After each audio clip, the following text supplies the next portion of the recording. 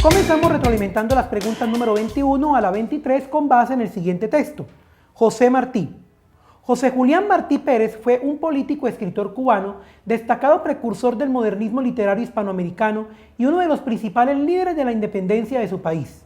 Nacido en el seno de una familia con pocos recursos económicos, se sintió desde joven atraído por las ideas revolucionarias tras el inicio de la Guerra de los 10 años.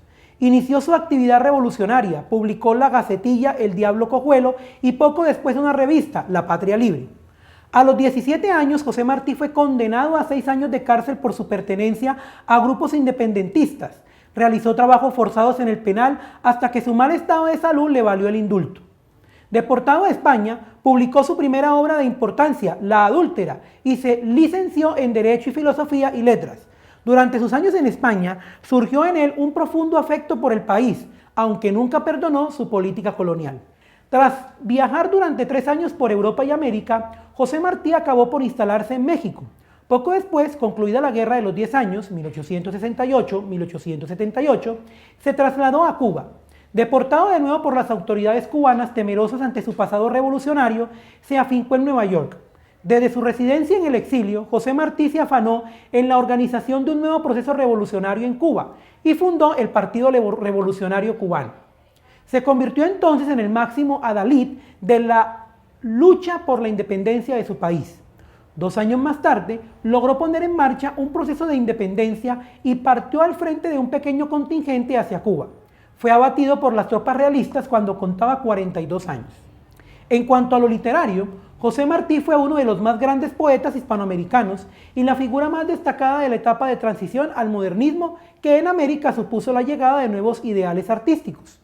Algunas obras fueron Ismaelillo, 1882, obra que puede considerarse un adelanto de los presupuestos modernistas por el dominio de la forma sobre el contenido, y Versos sencillos, 1891, un poemario modernista en el que predominan los apuntes autobiográficos y el carácter popular. Pregunta número 23. Los elementos que contribuyen a la coherencia del texto son: A. La sucesión cronológica de hechos, la relación entre párrafos, la presentación de sucesos claves.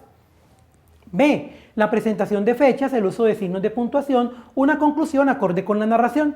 C. La división en párrafos, la exposición de sucesos claves, la presentación de obras literarias claves. D. La utilización de oraciones compuestas, la organización en párrafos, la utilización de un título coherente.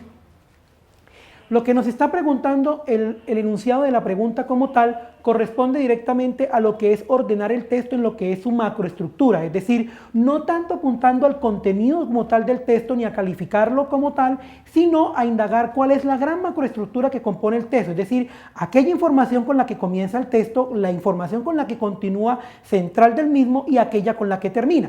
Si miramos las opciones de respuesta, encontramos que en la opción A se habla primero de la sucesión cronológica de hechos, de una relación entre párrafos y de la presentación de sucesos claves.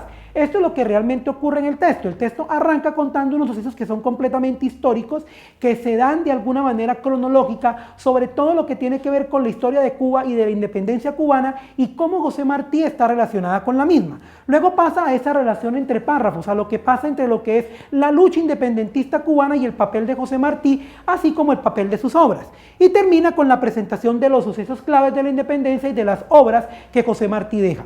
Por esas razones, la A es aquella que compone los elementos más importantes que son claves a partir de la información que se da en el texto. Y por ello la A es la respuesta correcta para la pregunta número 23.